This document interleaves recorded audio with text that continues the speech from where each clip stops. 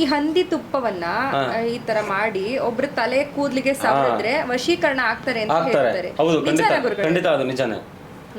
ಹಂದಿ ಮೂಳೆಗಳಿಂದ ಆಗಲ್ಲ, ಹಂದಿಯಿಂದ ಬಂದಿರೋ ಕಬ್ಬನ್ನ ತೆಗೆದು ಮಾಡ್ತಾರೆ. ಹಂದಿ ಹಾಲಿಂದ ತೆಗೆದು ಅದನ್ನ ಮೊಸರುಗಡಿಸಿ ಅದನ್ನ ತುಪ್ಪವನ್ನ ಮಾಡಿದಾಗ ಅದರಲ್ಲಿ ಕೆಲವೊಂದು ಬೀಜಾಕ್ಷರಗಳನ್ನ ಹೇಳಿದಾಗ ಅವಾಗ ಈ ಪತಿ ಪತ್ನಿ ವಶೀಕರಣ ಆಗ್ತಾರೆ, ಶತ್ರು ವಶೀಕರಣ ಆಗ್ತಾನೆ. ಮತ್ತೆ ಮೂಳೆಗಳಿಂದ ಅದರಿಂದ ಇದರಿಂದ, ಅದಕ್ಕೆ ನಾನು ಹೇಳೋದು ಬೇಸಿಕ್ ಸೆನ್ಸ್ ಗೊತ್ತಿರಬೇಕು.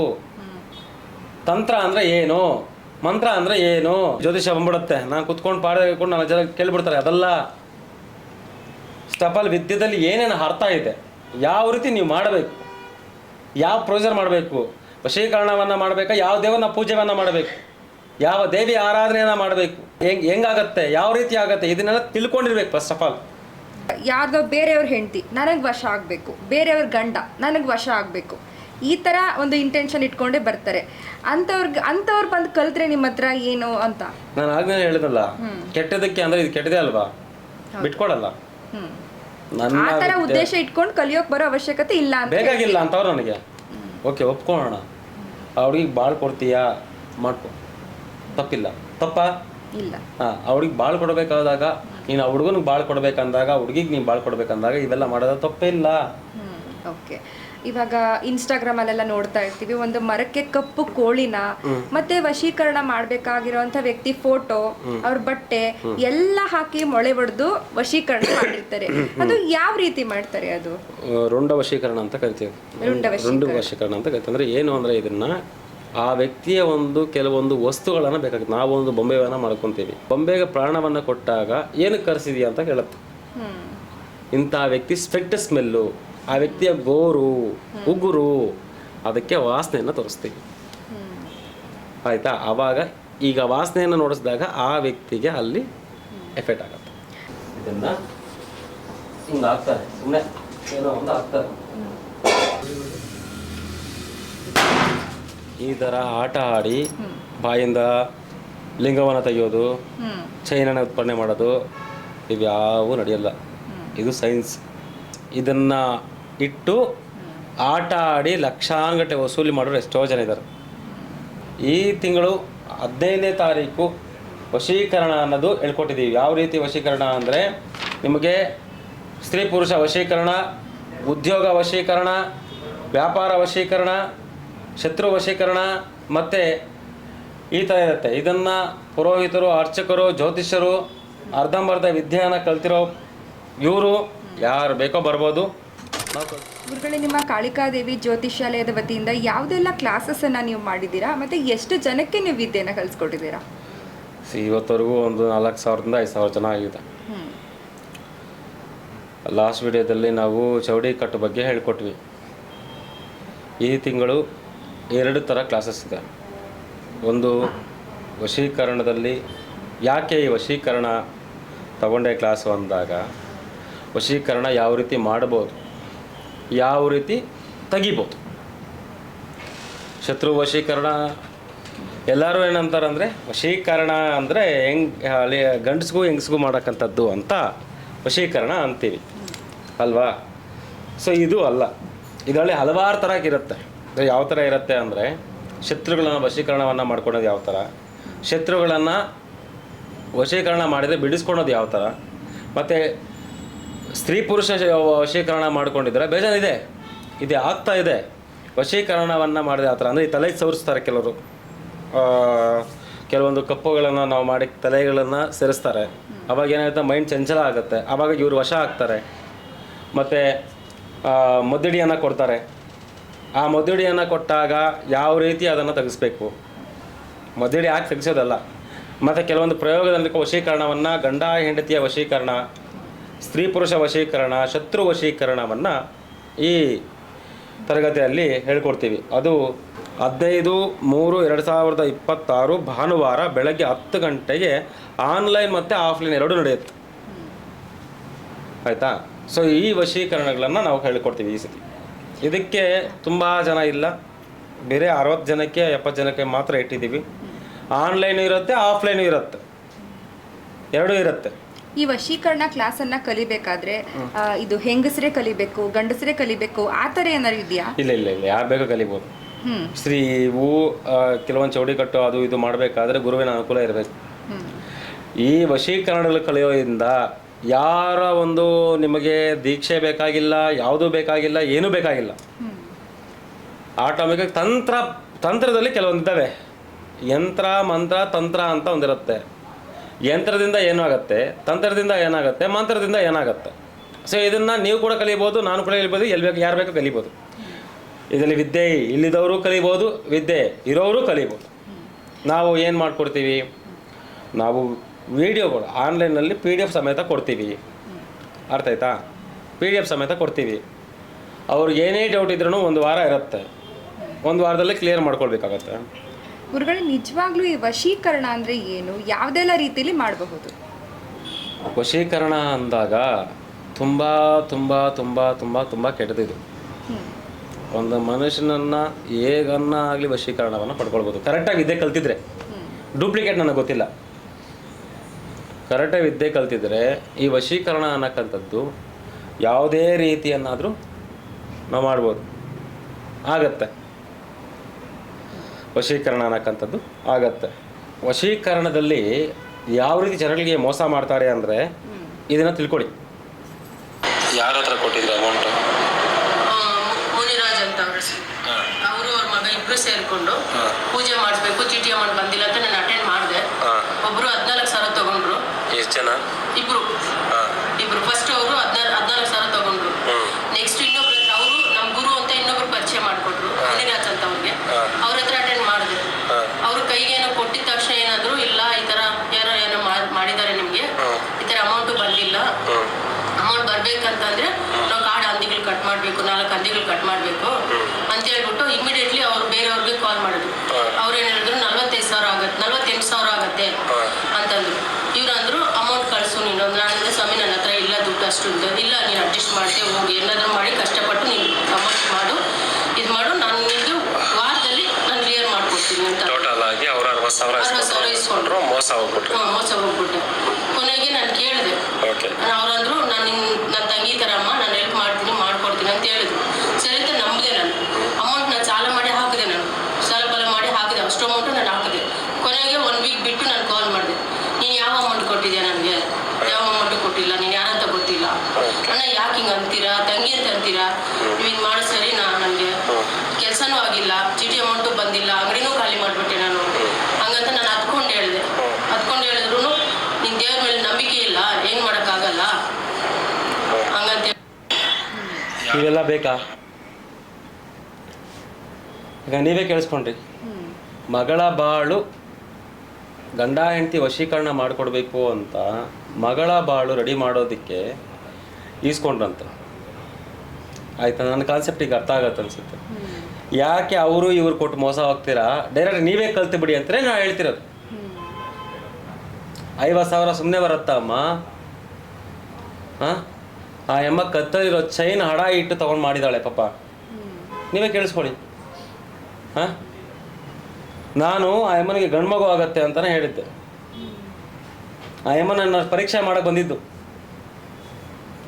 ಇಷ್ಟೇ ದಿನದಲ್ಲಿ ನೀವು ಗಂಡ್ಮಗು ಆಗತ್ತೆ, ನಿಮ್ಮ ಮಗಳಿಗೆ ಹೋಗಮ್ಮ ಅಂತ ಹೇಳಿದೆ. ನಿನ್ನ ಮಗಳು ಬರ್ತಾಳೆ ಹೋಗಮ್ಮ ಅಂತ ಸಿಂಪಲ್ ಆಗಿ ಒಂದೇ ಒಂದು ಚೂರ್ಣ ಕೊಟ್ಟು ಕಳಿಸ್ದೆ ಅಷ್ಟೇ ಅಮ್ಮನಿಗೆ.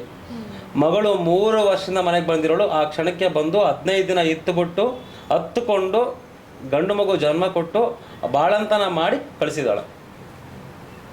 ಅದು ಹೇಗೆ ನೀವು ಹೇಳಕ್ಕಾಯ್ತು? ಆ ಚೂರ್ಣ ಅಷ್ಟೊಂದು ಕೆಲಸ ಮಾಡುತ್ತೆ? ಖಂಡಿತ ಆಗತ್ತೆ. ಅದೇ ವಶೀಕರಣಗಳು ಅಂದರೆ ಆಗತ್ತೆ. ಕೆಲಸ ಇರೋರ ಹತ್ರ ಹೋಗಿ ಕಲ್ತ್ಕೊಳ್ಳಿ. ನೀವು ಇನ್ನೊಬ್ರ ಹತ್ರ ಹೋಗಿ ಮಾಡಿಸ್ಕೊಂತಿರೋ ಇಲ್ವೋ ನನಗೆ ಗೊತ್ತಿಲ್ಲ. ನಿಮ್ಮ ಹತ್ರ ಇದ್ದಾಗ ನೀವು ಇನ್ನೊಬ್ಬರನ್ನ ಕ್ವಶನ್ ಆಗ್ಬೋದು, ಏನದ್ರಲ್ಲಿ ಮಾಡ್ತೀರಾ, ಯಾವುದ್ರಲ್ಲಿ ಮಾಡ್ತೀರಾ. ಹಂದಿ ಮೂಳೆಯಲ್ಲಿ ಇಟ್ಕೊ ವಶೀಕರಣವನ್ನು ಮಾಡ್ತೀನಿ ಅಂತ ಹೇಳಿದನಂತೆ. ಅದು ಯಾರೋ ಪುಣ್ಯಾತ್ಮ ಹಂದಿ ರೂಪದಲ್ಲಿ ವಶೀಕರಣವನ್ನು ಮಾಡೋಕ್ಕೆ ಸಾಧ್ಯನೇ ಇಲ್ಲ. ಈ ಹಂದಿ ತುಪ್ಪವನ್ನ ಈ ತರ ಮಾಡಿ ಒಬ್ರು ತಲೆ ಕೂದಲಿಗೆ ಸವರಿದ್ರೆ ವಶೀಕರಣ ಆಗ್ತಾರೆ ಅಂತ ಹೇಳ್ತಾರೆ. ಹೌದು, ಖಂಡಿತ ಅದು ನಿಜಾನೇ. ಹಂದಿ ಮೂಳೆಯಿಂದ ಆಗಲ್ಲ, ಹಂದಿಯಿಂದ ಬಂದಿರೋ ಕಬ್ಬನ್ನ ತೆಗೆದು ಮಾಡ್ತಾರೆ. ಅಂದ್ರೆ ಹಂದಿ ತುಪ್ಪ ಅಂತ ತುಪ್ಪ, ಅದು ಕಬ್ಬು ಅಂತ ಹೇಳ. ಕಬ್ಬು ಅಂದ್ರೆ ನಮ್ಮ ಕಡೆ ಕಬ್ಬು ಅಂತೀವಿ. ಆ ಕರಗಿಸಿರದಲ್ಲಿ ಆ ಹಾಲಿಂದ ತೆಗೆದು ಅದನ್ನ ಮೊಸರುಗಡಿಸಿ ಅದನ್ನು ತುಪ್ಪವನ್ನ ಮಾಡಿದಾಗ ಅದರಲ್ಲಿ ಕೆಲವೊಂದು ಬೀಜಾಕ್ಷರನ್ನ ಹೇಳಿದಾಗ ಅವಾಗ ಈ ಪತಿ ಪತ್ನಿ ವಶೀಕರಣ ಆಗ್ತಾರೆ, ಶತ್ರು ವಶೀಕರಣ ಆಗ್ತಾನೆ. ಇದಿರತ್ತೆ ಮೂಳೆಗಳಿಂದ ಇದರಿಂದ. ಅದಕ್ಕೆ ನಾನು ಹೇಳೋದು ಬೇಸಿಕ್ ಸೆನ್ಸ್ ಗೊತ್ತಿರಬೇಕು. ತಂತ್ರ ಅಂದ್ರೆ ಏನು, ಮಂತ್ರ ಅಂದ್ರೆ ಏನು, ಯಂತ್ರ ಅಂದ್ರೆ ಏನು. ನನಗೆ ಜ್ಯೋತಿಷ ಬಂದ್ಬಿಡುತ್ತೆ, ನಾನು ಕುತ್ಕೊಂಡು ಪಾಡ್ಕೊಂಡು ನಾನು ಜನ ಕೇಳ್ಬಿಡ್ತಾರೆ. ಅದಲ್ಲ, ಸ್ಟಫಲ್ ವಿದ್ಯೆದಲ್ಲಿ ಏನೇನು ಅರ್ಥ ಇದೆ, ಯಾವ ರೀತಿ ನೀವು ಮಾಡಬೇಕು, ಯಾವ ಪ್ರೊಸೀಜರ್ ಮಾಡಬೇಕು, ವಶೀಕರಣವನ್ನು ಮಾಡಬೇಕಾ, ಯಾವ ದೇವರನ್ನ ಪೂಜೆಯನ್ನು ಮಾಡಬೇಕು, ಯಾವ ದೇವಿ ಆರಾಧನೆಯನ್ನು ಮಾಡಬೇಕು, ಏನಿಲ್ಲ ಏನು ಇದರಿಂದ ಹೆಂಗಾಗತ್ತೆ, ಯಾವ ರೀತಿ ಆಗತ್ತೆ, ಇದನ್ನೆಲ್ಲ ತಿಳ್ಕೊಂಡಿರ್ಬೇಕು. ಫಸ್ಟ್ ಆಫ್ ಆಲ್ ಏಕ್ದಮ್ 4-5 ಯಾವುದೋ ಒಂದು ಮಂತ್ರ ಕಲ್ತ್ಬಿಟ್ಟು 4 ಜನ ಮೋಸ ಮಾಡೋದಲ್ಲ. ನಾನು ವಶೀಕರಣವನ್ನು ಮಾಡಿಸಿದ್ದೀನಿ. ಫೈಲ್ ಆಗಿದ್ದು ಇದೆ, ಪಾಸ್ ಆಗಿದ್ದು ಇದೆ. ಫೈಲ್ ಆಗಿದ್ದು ಯಾಕೆ ಫೈಲ್ ಆಯಿತು ಅನ್ನೋ ನನ್ನ ಕ್ವಶನ್ ಮಾರ್ಕ್. ಬನ್ನಿ ಮತ್ತೆ ಮಾಡ್ಕೊಡ್ತೀನಿ. ಸೆಕೆಂಡ್ ಟೈಮ್ ಕೂಡ ಮಾಡ್ಕೊಂಡು ಹೋಗಿರೋ ಎಷ್ಟೋ ಜನ ಪಾಸಿಟಿವ್ ಅವ್ರ ಹತ್ರ ವೀಡಿಯೋಗಳಿದೆ. ಅರ್ಥ ಆಯ್ತಾ? ಸೊ ಅದೇ ನಡೆದು ಈ ತಿಂಗಳು 15ನೇ ತಾರೀಕು ವಶೀಕರಣ ಅನ್ನೋದು ಹೇಳ್ಕೊಟ್ಟಿದ್ದೀವಿ. ಯಾವ ರೀತಿ ವಶೀಕರಣ ಅಂದರೆ ನಿಮಗೆ ಸ್ತ್ರೀ ಪುರುಷ ವಶೀಕರಣ, ಉದ್ಯೋಗ ವಶೀಕರಣ, ವ್ಯಾಪಾರ ವಶೀಕರಣ, ಶತ್ರು ವಶೀಕರಣ ಮತ್ತು ಈ ಥರ ಇರುತ್ತೆ. ಇದನ್ನು ಪುರೋಹಿತರು, ಅರ್ಚಕರು, ಜ್ಯೋತಿಷ್ಯರು, ಅರ್ಧಂಬರ್ಧ ವಿದ್ಯೆಯನ್ನು ಕಲ್ತಿರೋ ಇವರು ಯಾರು ಬೇಕೋ ಬರ್ಬೋದು, ನಾವು ಕಲಿಸ್ಕೊಡ್ತೀವಿ. ಈಗ ವಶೀಕರಣ ಅಂದ ತಕ್ಷಣ ಬರೀ ಕೆಟ್ಟ ಕೆಲಸಕ್ಕೆ ಬಳಸ್ಕೋಬೇಕಾದನ್ನ ಅಥವಾ ಒಳ್ಳೆ ಕೆಲಸಕ್ಕೂ ಬಳಸ್ಕೊಬೋದು. ಯಾಕೆ ಈಗ ನಾವು ಒಬ್ಬರ ಹತ್ರ ಮೋಸ ಹೋಗಿರ್ತೀವಿ, ಅವನು ನಮ್ಮ ಭಕ್ತ ಇಲ್ಲ, ಅವಾಗ ಇದನ್ನು ಉಪಯೋಗ ಮಾಡ್ಕೊಳ್ಳಿ. ತಪ್ಪೇನಿದೆ? ನೀನು ಕೊಟ್ಟಿರೋ ದುಡ್ಡು ನಿನ್ನ ಮೋಸ ಹೋಗಿದೀಯಾ? ನಿರ್ದಿಷ್ಟ ಕಾಲ ಅಂತ ಇರುತ್ತೆ, ಆ ಕಾಲವರೆಗೂ ಆಗುತ್ತೆ. ಖಂಡಿತ ಇದು ಇದೆ. ಅದನ್ನು ಯಾವ ರೀತಿ ಮಾಡಬೇಕು, ಯಾವ ಥರ ಮಾಡಬೇಕು ಅನ್ನೋ ಒಂದು ಪರಿಜ್ಞಾನವನ್ನು ನಾವು ಇಟ್ಕೊಳ್ಬೇಕು ಫಸ್ಟ್ ಆಫ್ ಆಲ್. ಇವಾಗ ವಶೀಕರಣ ವಿದ್ಯೆಯನ್ನು ಕಲಿಯೋದ್ರಿಂದ ಏನೆಲ್ಲ ಉಪಯೋಗಗಳಿದೆ ಹೊರಗಡೆ? ಶತ್ರು ವಶೀಕರಣ ಆಗಿರ್ತಾನೆ, ಸ್ತ್ರೀ ಪುರುಷ ವಶೀಕರಣ ಆಗ್ತಾರೆ. ಹಂಗಂತ ನನಗೆ ಹುಡುಗಿ ಇದ್ದಾಳೆ, ಹುಡುಗಿನ ವಶೀಕರಣ ಮಾಡಿಕೊಡಿ ಅಂದರೆ ಅವೆಲ್ಲ ನನ್ನ ಹತ್ರ ಚಾನ್ಸ್ ಇಲ್ಲ. ನಾನು ಕಲಿಸ್ಕೊಡ್ತೀನಿ. ಅದನ್ನು ನೀನು ಕೆಟ್ಟ ದಾರಿಗೆ ತುಳಿದೀರಾ ಒಳ್ಳೆ ದಾರಿಗೆ ಹೋಗಬೇಕು ಅಂತ ಆಶೀರ್ವಾದನ ಮಾಡಿ ಕಳಿಸ್ತಿರ್ತೀನಿ. ನೀನು ಕೆಟ್ಟದ್ದು ಉಬ್ಬಿಸ್ಕೊಂಡೆ ಸುಭಾಷ್ ವಿದ್ಯೆ ನಿಂಗೆ ಅಂಟಲ್ಲ ಅಂತ ಶಾಪ ಹಾಕಿ ಕಳಿಸಿರ್ತೀನಿ. ಇದಂತೂ ಖಂಡಿತ. ಒಳ್ಳೇದಕ್ಕೆ ಯೂಸ್ ಮಾಡ್ತೀಯಾ ಮಾಡು, ಪ್ರಾಣ ಕೊಡ್ತೀನಿ. ಇಲ್ವಾ, ನಾನೇನು ಮಾಡ್ಬೇಕು ನಂಗೆ ಗೊತ್ತು. ಈಗ ಆ ಥರ ಇಂಟೆನ್ಷನ್ ಇಟ್ಕೊಂಡು ಬರೋವಂಥವ್ರ ಸಂಖ್ಯೆನೇ ಜಾಸ್ತಿ. ಅಂದರೆ ಇವಾಗ ಯಾರ್ದೋ ಬೇರೆಯವ್ರ ಹೆಂಡತಿ ನನಗೆ ವಶ ಆಗಬೇಕು, ಬೇರೆಯವ್ರ ಗಂಡ ನನಗೆ ವಶ ಆಗಬೇಕು, ಈ ಥರ ಒಂದು ಇಂಟೆನ್ಷನ್ ಇಟ್ಕೊಂಡೇ ಬರ್ತಾರೆ. ಅಂಥವ್ರು ಬಂದು ಕಲ್ತ್ರೆ ನಿಮ್ಮ ಹತ್ರ ಏನು ಅಂತ ನಾನು ಆಗ್ಲೇ ಹೇಳಿದ್ನಲ್ಲ, ಕೆಟ್ಟದಕ್ಕೆ ಅಂದರೆ ಇದು ಕೆಟ್ಟದೇ ಅಲ್ವಾ, ಬಿಟ್ಕೊಡಲ್ಲ. ಆ ಥರ ಉದ್ದೇಶ ಇಟ್ಕೊಂಡು ಕಲಿಯೋಕೆ ಬರೋ ಅವಶ್ಯಕತೆ ಇಲ್ಲ ಅಂತ ಬೇಕಾಗಿಲ್ಲ ಅಂತವ್ರು ನನಗೆ. ಅವರ ಸ್ಟೋರಿ ಕೇಳಿ, ಅವರ ಒಂದು ಪ್ರಾಬ್ಲಮ್ ಕೇಳಿ. ಅವರ ಗಂಡ ಇಲ್ಲ, ಸರಿ ನೀನು ಅವ್ರು ಬಾಳ್ ಕೊಡಬೇಕು ಅಂದ್ಕೊಂಡಿದ್ಯಾ, ಒಳ್ಳೆ ಥಾಟ್ ಅದು. ಒಳ್ಳೆ ರೂಪವತಿ ಆಗಿರ್ತಾಳೆ, ಸುಂದರವತಿ ಆಗಿರ್ತಾಳೆ, ಅವಳು ಒಂದು ನಿನ್ನೆ ಮನಗೂ ಮೆಚ್ಚಿ ಹುಡುಗಿ ಆಗಿರ್ತಾಳೆ. ಓಕೆ, ಒಪ್ಕೊಳ್ಳೋಣ. ಆ ಹುಡುಗಿಗೆ ಬಾಳ್ ಕೊಡ್ತೀಯಾ, ಮಾಡ್ಕೊ, ತಪ್ಪಿಲ್ಲ. ತಪ್ಪಾ ಇಲ್ಲ. ಹಾಂ, ಅವ್ಳಿಗೆ ಬಾಳ್ ಕೊಡಬೇಕಾದಾಗ ನೀನು ಆ ಹುಡುಗನಿಗೆ ಬಾಳ್ ಕೊಡ್ಬೇಕಂದಾಗ, ಹುಡುಗಿಗೆ ನೀನು ಬಾಳ್ ಕೊಡ್ಬೇಕಂದಾಗ ಇವೆಲ್ಲ ಮಾಡೋದು ತಪ್ಪೇನಿಲ್ಲ, ಮಾಡ್ಬೋದು, ತೊಂದರೆ ಇಲ್ಲ. ಸೊ ಅದೇ ಹೇಳ್ತಿರೋದು, 15ನೇ ತಾರೀಕು ಆನ್ಲೈನು ಇರುತ್ತೆ, ಆಫ್ಲೈನು ಇರುತ್ತೆ. ಯಾರು ಬೇಕೋ ಜಾಯ್ನ್ ಆಗ್ಬೋದು, ಯಾರು ಬೇಕೋ ಸೇರ್ಬೋದು. ಬಟ್ ಇದರಲ್ಲಿ ಆಸಕ್ತಿ ಉಳ್ಳವರು ಮಾತ್ರ ಬನ್ನಿ, ಇಲ್ಲ ಅಂದರೆ ಅವಶ್ಯಕತೆ ಇಲ್ಲ. ನಾವು ನಮ್ಮ ನಂಬರನ್ನು ಹಾಕಿರ್ತೀವಿ, ನೀವು ಬುಕ್ ಮಾಡ್ಕೊಳ್ಳಿ, ಆಯಿತಾ? ಮಾಡ್ಕೊಳ್ಳಿ. ಇದಕ್ಕೂ ಚಾರ್ಜಸ್ ಸಿಕ್ಕಿದ್ದೀನಿ, ಖಂಡಿತ ಚಾರ್ಜಸ್ ಸಿಕ್ಕಿದ್ದೀನಿ, ಸುಮ್ಮನೆ ಹೇಳ್ಕೊಡಲ್ಲ. ಈಗ ಸ್ತ್ರೀ ವಶೀಕರಣ, ಪುರುಷ ವಶೀಕರಣ ಹೇಳಿದ್ರಿ, ಉದ್ಯೋಗದಲ್ಲೂ ಕೂಡ ಈ ತರ ನಡೆಯುತ್ತೆ. ಖಂಡಿತ. ಉದ್ಯೋಗದಲ್ಲಿ ಇಮಿಡಿಯೇಟ್ಲಿ 30 ದಿನ ಒಳಗಡೆ ಅವನಿಗೆ ಉದ್ಯೋಗ ವಶೀಕರಣವನ್ನ ನಾನು ಮಾಡ್ಕೊಡ್ತೀನಿ ಅಂದ್ರೆ ಕಲ್ಸ್ಕೊಡ್ತೀನಿ. ಅವನೇ ಮಾಡ್ಬೇಕು. ಖಂಡಿತ. ನೀವೇನೋ ಅನ್ಕೊಬಹುದು, ಓಪನ್ ಚಾಲೆಂಜ್ ಮಾಡ್ತಾ ಇದೀನಿ ಅನ್ಕೊಬಹುದು, ಇನ್ನೊಂದು ಹಾಕಿರ್ಬೋದು. ಮಾಡ್ಕೊಡೋ ಜವಾಬ್ದಾರಿ ನಂದು. ಅವ್ನು ಕಲ್ಸ್ಕೊಡ್ತೀನಿ. ಯಾವ ತರ ಏನಾಗುತ್ತೆ, ಏನ್ ಪ್ರಯೋಗ ಆಗ್ಬೋದು ಅವ್ರಿಗೆ, ಏನ್ ಉಪಯೋಗ ಏನಾಗ್ಬೋದು ಅಂತ? ಉದ್ಯೋಗದಲ್ಲಿ ಏನಾಗತ್ತಂತೆ, ಜನ ಅಟ್ರಾಕ್ಟ್ ಇರಲ್ಲ. ಬಿಸ್ನೆಸ್ ಅಲ್ಲಾಗಿರ್ಬೋದು, ಉದ್ಯೋಗದಲ್ಲಾಗಿರ್ಬೋದು, ನಾವೆಷ್ಟೇ ಒಂದು ಮಾರ್ಕ್ಸ್ ತೊಗೊಂಡಿದ್ರು, ನಾವೆಷ್ಟೇ ಪಾಸ್ ಆಗಿದ್ರು, ನಾವೆಷ್ಟೇ ನಾವು ಕಾನ್ಫಿಡೆನ್ಸ್ ಆಗಿ ನೀವು ಉತ್ತರವನ್ನು ಕೊಟ್ಟಿದ್ರು ಹಾಗೂ ನನಗೆ ಯಾಕೆ ಇವನು ಕೊಡಲಿಲ್ಲ ಅಂತಂದ ಅಟ್ರಾಕ್ಟ್ ಅದು ನಮ್ಮದ್ರಲ್ಲಿ ಕೆಲವೊಂದು ಮುಖದಲ್ಲಿ ಇರೋದಿಲ್ಲ, ಖಂಡಿತ ಇರೋದಿಲ್ಲ. ಅಟ್ರಾಕ್ಟ್ ಅನ್ನೋದು ಕೆಲವೊಂದು ಮುಖದಲ್ಲಿ ಇರೋದಿಲ್ಲ. ನಮ್ಮ ಹಣೆ ಬಾರ ಇಷ್ಟೇ ಬಿಡು ಅಂದ್ಕೊಂಡು ಸುಮ್ಮನೆ ಆಗಿರ್ತಾರೆ. ಸೊ ಆ ಹಣೆ ಬಾರವನ್ನು ಚೇಂಜ್ ಮಾಡ್ಸಕ್ಕಂಥದ್ದು ಈ ತಂತ್ರವಿದ್ಯೆ. ಎಷ್ಟೋ ಜನ ಗೌರ್ಮೆಂಟ್ ಕೆಲಸ ಬೇಕು ಅಂತ ಹಾತೊರಿತಾ ಇರ್ತಾರೆ. ಹೌದು. ಅಂಥವ್ರು ಏನಾದ್ರೂ ನಿಮ್ಮ ಹತ್ರ ಬಂದ್ಬಿಟ್ಟು ನನಗೆ ಖಂಡಿತ ನಾನು ಹೇಳ್ಕೊಡಿ ಅಂದ್ರೆ ಖಂಡಿತ ಮಾಡ್ಕೊಡ್ತೀನಿ. ಗೌರ್ಮೆಂಟ್ ಕೆಲಸ ನಿಜವಾಗ್ಲೂ ಖಂಡಿತ ನಾನು ಮಾಡ್ಕೊಡ್ತೀನಿ. ಅದು ಯಾರ್ದೋ ಒಂದು ಕೈಯಲ್ಲಿರುತ್ತೆ ಸೈ ನೀವು ಹೆಂಗೆ ಮಾಡ್ಬಿಡ್ತಾರೆ ಅಂತ ಇರ್ಬೋದು. ನನಗೆ ಗೊತ್ತಿರೋದು ನಾನು ಮಾಡ್ತೀನಪ್ಪ. ಅದು ನನಗೆ ಗೊತ್ತು ಹೆಂಗೆ ಮಾಡಬೇಕು ಅಂತ. ಗೋರ್ಮೆಂಟ್ ಕೆಲಸ ಆಗಿರ್ಬೋದು, ಇನ್ನೊಂದು ಆಗಿರ್ಬೋದು, ಉದ್ಯೋಗ ವಶೀಕರಣ, ಸ್ತ್ರೀ ಪುರುಷ ವಶೀಕರಣ, ಎಲ್ಲದಲ್ಲೂ ನಾನು ಹೇಳ್ಕೊಡ್ತೀನಿ. ಬಟ್ ಕೆಟ್ಟದಕ್ಕೆ ಯೂಸ್ ಮಾಡ್ಕೊಳ್ಬಾರ್ದು, ಒಳ್ಳೇದಕ್ಕೆ ಯೂಸ್ ಮಾಡ್ಕೊಳ್ಬೇಕು. ಇದೇ ಈ ತಿಂಗಳು 15ನೇ ತಾರೀಕು 3ನೇ ತಿಂಗಳು 2026 ಭಾನುವಾರ ಬೆಳಗ್ಗೆ ನಮ್ಮ ಆಫೀಸ್ ಮೇಲೇ, ಜಯನಗರ 4 T ಬ್ಲಾಕಲ್ಲಿರೋ ಆಫೀಸ್ ಮೇಲೇ ಈ ಕಾರ್ಯಕ್ರಮವನ್ನು ನಾವು ಮಾಡ್ತಾ ಇದ್ದೀವಿ. ಇನ್ನು ಶತ್ರುಗಳಿಗೆ ಸಂಬಂಧಿಸಿದಂತೆ ಈ ವಶೀಕರಣ ಕ್ಲಾಸಸ್ ಎಷ್ಟು ಪ್ರಯೋಜನಕಾರಿ ಅಂತ? ಈಗ ಶತ್ರು ವಶೀಕರಣ ಅಂದಾಗ ಸುಮ್ಮನೆ ಅವನ ಮೇಲೆ ಅಪವಾದ ಹಾಕಿ ಮಾಡೋದು ಇದೆಲ್ಲ ಇರಲ್ಲ. ನಾವು ಮಾಡೋ ಪ್ರಯೋಗ ಕೂಡ ನಮ್ಗೆ ಹೇಳುತ್ತೆ, ಇವನು ಇಷ್ಟೇ ಕರ್ಮ ಮಾಡಿದಾನೆ, ಇವನಿಗೆ ಇದು ವರ್ಕೌಟ್ ಆಗಲ್ಲ ಅಂತ ಕೂಡ ಹೇಳ್ಬಿಡುತ್ತೆ. ಅವನಿಗೆ ಅನಿಸ್ಬಿಡತ್ತೆ, ಯಾರು ಕಲಿತಾ ಇದ್ದಾನೋ ಅವನಿಗೆ ಅನಿಸ್ಬಿಡುತ್ತೆ, ನಾನು ಇದನ್ನು ಒಳ್ಳೆಯ ಉದ್ದೇಶಕ್ಕೆ ಉಪಯೋಗ ಮಾಡ್ತಾ ಇಲ್ಲ. ಯಾಕೆ ಕರೆಕ್ಟೇ ಅಲ್ವಾ? ಒಳ್ಳೆಯ ಉದ್ದೇಶಕ್ಕೆ ಉಪಯೋಗ ಮಾಡ್ತಾ ಇಲ್ಲ, ಕೆಟ್ಟದ್ದು ಮಾಡ್ತಾ ಇದ್ದೀನಿ, ಮಾಡಲ್ಲ. ಅದು ನನ್ನ ಸನಾತನ ಧರ್ಮದಲ್ಲಿ ನಾನು ಮಾಡ್ತಾ ಒಂದೇ ನ್ಯಾಯ. ಆ ನ್ಯಾಯ ನಿಮ್ಗೆ ಬೇರೆ ಕಡೆ ಸಿಗಲ್ವೋ ನಂಗೆ ಗೊತ್ತಿಲ್ಲ, ನನ್ನ ಕಡೆ ಸಿಗತ್ತೆ. ಅದನ್ನೇ ವಿದ್ಯೆ ಕಲ್ತ್ಕೊಂಡು ಮಾಡ್ಕೊಳ್ರಿ ಅಷ್ಟೇ. ಈಗ ವಶೀಕರಣಕ್ಕೆ ಒಳಗಾಗಿರುವಂಥ ವ್ಯಕ್ತಿ ಹೇಗಿರ್ತಾನೆ ಗುರುಗಳೇ? ವಶೀಕರಣಕ್ಕೆ ಒಳಗಾದ ವ್ಯಕ್ತಿ ಯಾವ ಥರ ಇರ್ತಾರಂದರೆ, ಈಗ ಒಂದು ವಿಚಾರ ತೊಗೊಂಡೋಗ, ಈಗ ಯಾರೋ ಒಂದು ಪರ್ಸನ್ನು ಬೇರೆ ಹುಡುಗಿಗೆ ಅಟ್ರಾಕ್ಟ್ ಆಗ್ತಾನೆ ಅಂದ್ಕೊಳ್ಳಿ, ಗಂಡ ಹೆಂಡತಿ ಇದ್ರೇನು. ಸೊ ಯಾವ ಥರ ಇರುತ್ತೆ ಅವನ ವಿಚಾರಗಳು ಅಂದರೆ, ಹೆಂಡತಿ ಕಡೆ ಗಮನ ಕೊಡೋದಿಲ್ಲ. ಫಸ್ಟು ಕೆಲಸದ ವಿಚಾರದಲ್ಲಿ ಒತ್ತಡ ಇರೋ ಸೆಕೆಂಡ್ರಿ. ಹೆಂಡತಿ ಕಡೆ ಗಮನ ಕೊಡೋದಿಲ್ಲ, ಗಂಡನ ಕಡೆ ಗಮನ ಕೊಡೋದಿಲ್ಲ, ತನ್ನ ವೈಯಕ್ತಿಕ ಆಲೋಚನೆಗಳು ಚೇಂಜ್ ಆಗ್ತವೆ.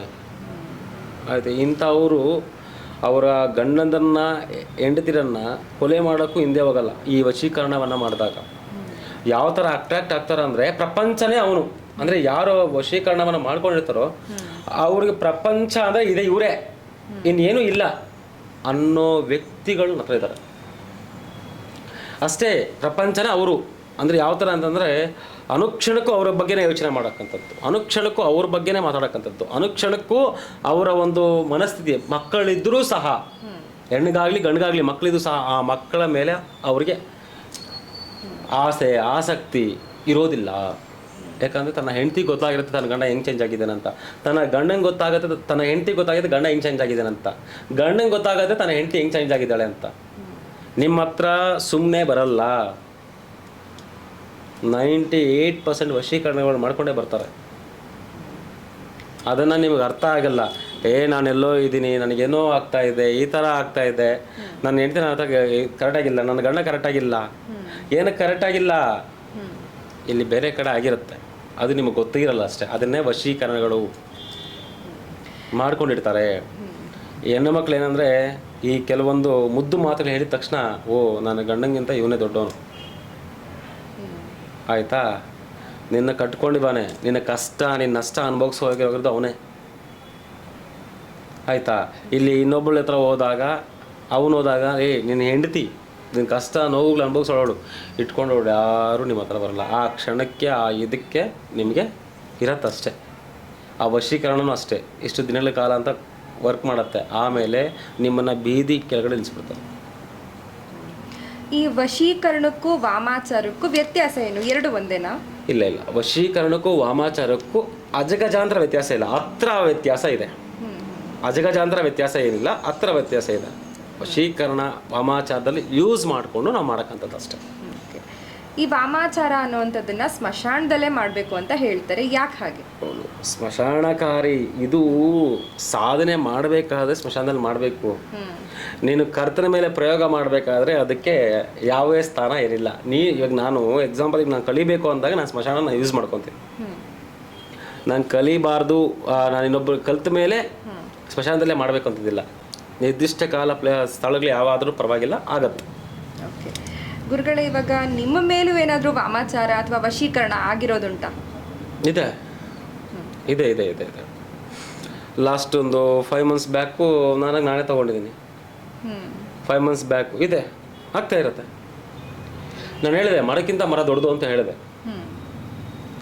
ಆಯಿತಾ. ನನ್ನ ವಿದ್ಯೆಗಿಂತ ಇನ್ನೊಬ್ಬ ದೊಡ್ಡ ವಿದ್ಯೆ ಇದ್ದೇ ಇರ್ತಾನೆ, ಮಾಡಿರ್ಬೋದು. ಅದಕ್ಕೆ ನಾವೇನು ಮಾಡ್ಕೊಬೇಕು ನೋಡುವಾಗ ನಾವು ಅದನ್ನು ಮಾಡ್ಕೊತೀವಿ, ಖಂಡಿತ. ಅದನ್ನು ನೀವು ಹೇಗೆ ಕ್ಲಿಯರ್ ಮಾಡ್ಕೊಂಡ್ರಿ? ಕೆಲವೊಂದು ರಾಜತಂತ್ರದಿಂದ ಕ್ಲಿಯರ್ ಮಾಡ್ಕೊತೀವಿ. ಇದರಲ್ಲಿ 2 ಥರ ಇದೆ, 64 ಥರ ಇದೆ. ವಶೀಕರಣ ಅನ್ನೋಕ್ಕಂತೂ 64 ಥರ ಇದೆ. ನಾವೊಂದು 5 ಥರನೋ 3 ಥರನೋ ನಾವು ಹೇಳ್ಕೊಡ್ತೀವಿ, ತುಂಬ ಪವರ್ಫುಲ್ ಆಗಿರೋದು ಹೇಳ್ಕೊಡ್ತೀವಿ. ಸೊ ಇದರಲ್ಲಿ ಸಂಭೋಗ ವಶೀಕರಣ ಅನ್ನೋದು ಕೆಲವರು ಮಾಡ್ತಾರೆ, ಸ್ತ್ರೀ ಪುರುಷ ವಶೀಕರಣ ಅನ್ನೋದು ಮಾಡ್ತಾರೆ, ಕೋಮಾರತ್ವ ವಶೀಕರಣ ಅನ್ನೋದು ಮಾಡ್ತಾರೆ. ಕೋಮಾರತ್ವ ಅಂದರೆ ನೀಚ ಬುದ್ಧಿಗಳಲ್ಲಿ ಮಾಡೋಕ್ಕಂಥದ್ದು, ಆಯಿತಾ. ನೀಚ ಬುದ್ಧಿಗಳಲ್ಲಿ ಮಾಡೋಕ್ಕಂಥದ್ದು ಕೋಮಾರತ್ವ ಅನ್ನೋಕ್ಕಂಥದ್ದು. ಮತ್ತು ತಳಿ ವಶೀಕರಣನ ಮಾಡ್ತೀವಿ. ತಳಿ ವಶೀಕರಣ ನೀವು ಹೇಳಿದ್ರಿ, ನೀವು ತಲೆಗೆ ಹಣೆಗೆ ಹಾಕೊಂಡು ಮಾಡೋಕ್ಕಂಥದ್ದು. ಅದನ್ನು ತಳಿ ಅಂದರೆ ಅವನ ಬಾಡಿಯನ್ನು ಇಟ್ಕೊಂಡು ಅವನ್ನ ಅಟ್ರ್ಯಾಕ್ಟ್ ಮಾಡೋಕ್ಕಂಥದ್ದು, ಇದು ಮಾಡೋಕ್ಕಂಥದ್ದು. ಅದನ್ನು ಯಾವ ರೀತಿ ತೆಗಿಬೇಕು, ಅದನ್ನು ಯಾವ ರೀತಿ ಯಾವುದೇ ಪ್ರಕಾರ ಆಗಲಿ, ನಿಮ್ಗೆ ಒನ್ ಟೈಮ್ ನೀವು ಹೊಟ್ಟೆ ಕೊಟ್ಟಿದ್ರೂ ಅಷ್ಟೇ, ಆಚೆ ಕಡೆ ಹಾಕಿದ್ರು ಅಷ್ಟೇ, ತೆಗಿಬೇಕು ಅಂದಾಗ ನೀನು ಪ್ರಯೋಗವನ್ನು ಮಾಡಿದ್ರೆ ಮಾತ್ರ ನಿನಗೆ ತೆಗಿಯೋಕ್ಕೆ ಸಾಧ್ಯ, ಇಲ್ಲ ಅಂದರೆ ನೀನು ತೆಗಿಯೋಕ್ಕೆ ಸಾಧ್ಯನೇ ಇಲ್ಲ. ಓಕೆ, ಇವಾಗ ಇನ್ಸ್ಟಾಗ್ರಾಮಲ್ಲೆಲ್ಲ ನೋಡ್ತಾ ಇರ್ತೀವಿ, ಒಂದು ಮರಕ್ಕೆ ಕಪ್ಪು ಕೋಳಿನ ಮತ್ತೆ ವಶೀಕರಣ ಮಾಡ್ಬೇಕಾಗಿರೋಂಥ ವ್ಯಕ್ತಿ ಫೋಟೋ, ಅವ್ರ ಬಟ್ಟೆ ಎಲ್ಲ ಹಾಕಿ ಮೊಳೆ ಹೊಡೆದು ವಶೀಕರಣ ಮಾಡಿರ್ತಾರೆ. ಅದು ಯಾವ ರೀತಿ ಮಾಡ್ತಾರೆ? ಅದು ರುಂಡ ವಶೀಕರಣ ಅಂತ ಕರಿತೀವಿ. ರುಂಡ ವಶೀಕರಣ ಅಂತ ಕರಿತೀವಿ. ಅಂದರೆ ಏನು ಅಂದರೆ ಇದನ್ನ ಆ ವ್ಯಕ್ತಿಯ ಕೆಲವೊಂದು ವಸ್ತುಗಳನ್ನು ಬೇಕಾಗುತ್ತೆ. ನಾವೊಂದು ಬೊಂಬೆಯನ್ನು ಮಾಡ್ಕೊತೀವಿ. ಆ ಬೊಂಬೆಯನ್ನು ಮಾಡಿದಾಗ ಏನಕ್ಕೆ ಈ ಬಟ್ಟೆ, ಈ ಕೂದಲು ಮತ್ತು ಈ ಚರ್ಮಗಳನ್ನು ಏನಕ್ಕೆ ತೊಗೊತೀವಿ ಅಂದರೆ, ಆ ಬೊಂಬೆಗೆ ವಶೀಕರಣ, ಆ ಬೊಂಬೆಗೆ ಪ್ರಾಣವನ್ನು ಕೊಟ್ಟಾಗ ಏನಕ್ಕೆ ಕರೆಸಿದೀಯ ಅಂತ ಕೇಳುತ್ತೆ. ಇಂಥ ವ್ಯಕ್ತಿ ಸ್ವೆಟ್ ಸ್ಮೆಲ್ಲು, ಆ ವ್ಯಕ್ತಿಯ ಗೋರು, ಉಗುರು, ಅದಕ್ಕೆ ವಾಸನೆಯನ್ನು ತೋರಿಸ್ತೀವಿ, ಆಯಿತಾ. ಆವಾಗ ಈಗ ವಾಸನೆಯನ್ನು ನೋಡಿಸಿದಾಗ ಆ ವ್ಯಕ್ತಿಗೆ ಅಲ್ಲಿ ಎಫೆಕ್ಟ್ ಆಗುತ್ತೆ. ಈಗ ಒಂದು ಗೊಂಬೆಗೆ ಜೀವ ಕೊಟ್ಟು ಅದಕ್ಕೆ ಒಂದು ಬಲಗಾಲ್ಗೆ ನೀವೇನಾದ್ರು ಒಂದು ಸೂಜಿ ಚುಚ್ಚಿದ್ರೆ ಅದು ಮಾರಣ ಪ್ರಯೋಗ ಅಂತ ಕರಿತೀವಿ. ಅದು ಬೇರೆ ಥರ ಇದೆ. ಅದು ಮಾರಣ ಪ್ರಯೋಗಗಳಿರ್ತವೆ. ಅವೆಲ್ಲ ನಾನು ಮಾಡೋಕ್ಕೂ ಹೋಗಲ್ಲ, ಹೇಳ್ಕೊಡೋಕ್ಕೂ ಹೋಗೋದಿಲ್ಲ. ಸೊ ಅದು ನನಗೆ ಇಷ್ಟನೂ ಆಗಲ್ಲ. ಫಸ್ಟ್ ಆಫ್ ಆಲ್ ಮಾರಣ ಪ್ರಯೋಗಗಳು ಅಂತ ಕರಿತೀವಿ ಅದನ್ನು. ಅದು ಬೇರೆ. ಇದು ಬಂದು ವಶೀಕರಣದಲ್ಲಿ ಯಾವುದೇ ರೀತಿ ಅಂದರೂ ಸಿಕ್ಕಾಪಟ್ಟೆ ಅತಿ ಡೇಂಜರ್ ನಡೆಯೋದು ಈ ವಶೀಕರಣಗಳೇ.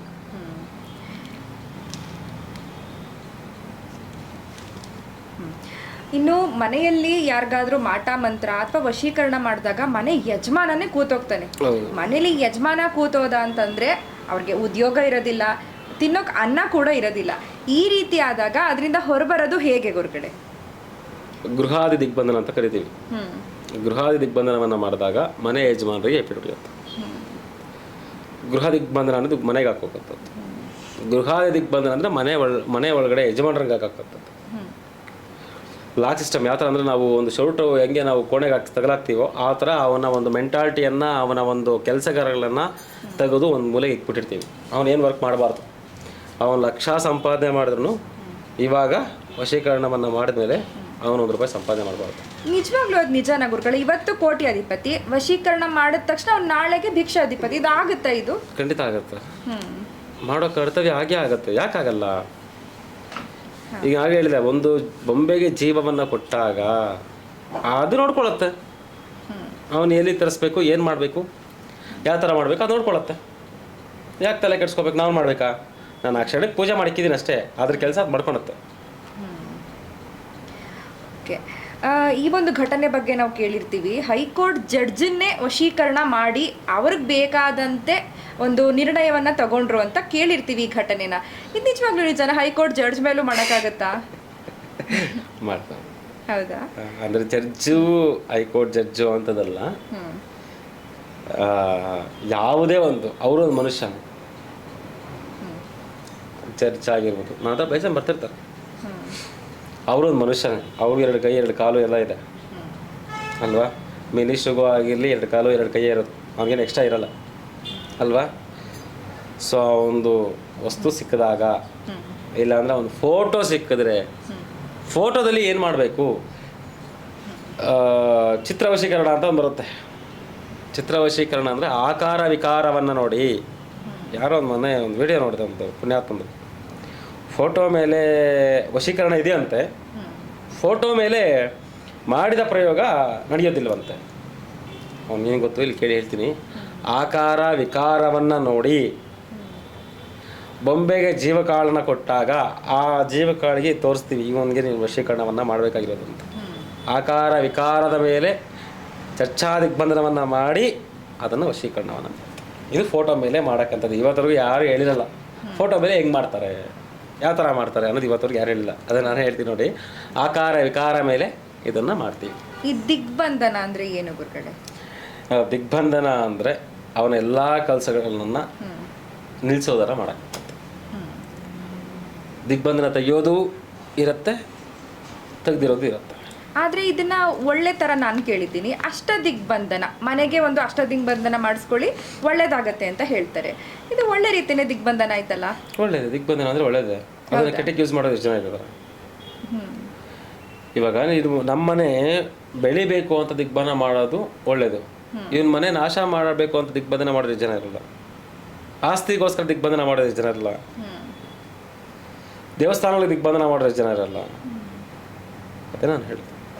ಸೊ ದಿಗ್ಬಂಧನ ಅನ್ನೋದು ತುಂಬ ಹಲವಾರು ಇದೆ. ಅದನ್ನು ನಾವು ಯೂಸ್ ಮಾಡಿದಷ್ಟು ನಮ್ಗೆ ಆಗುತ್ತೆ. ಗುರುಗಳೇ, ಈ ಮೋಡಿ ವಿದ್ಯೆ ಅಥವಾ ಕಣ್ಕಟ್ ವಿದ್ಯೆ ಅಂದರೆ ಏನು? ಯಾಕೆ ಜನ ಈ ಹೆಸರು ಕೇಳಿದ ತಕ್ಷಣ ಹೆದರ್ಕೋತಾರೆ? ಈಗ ನಿಮ್ಮದು ತೋರಿಸ್ಲಾ ಒಂದು ಕಣ್ಕಟ್ಟು ವಿದ್ಯೆ ಲೈವ್ ಆಗಿ ತೋರಿಸಿ. ಇದನ್ನ ಹಿಂಗೆ ಹಾಕ್ತಾರೆ, ಸುಮ್ಮನೆ ಏನೋ ಒಂದು ಹಾಕ್ತಾರೆ, ನೋಡ್ಕೊಂಡಿದ್ದೀವಿ.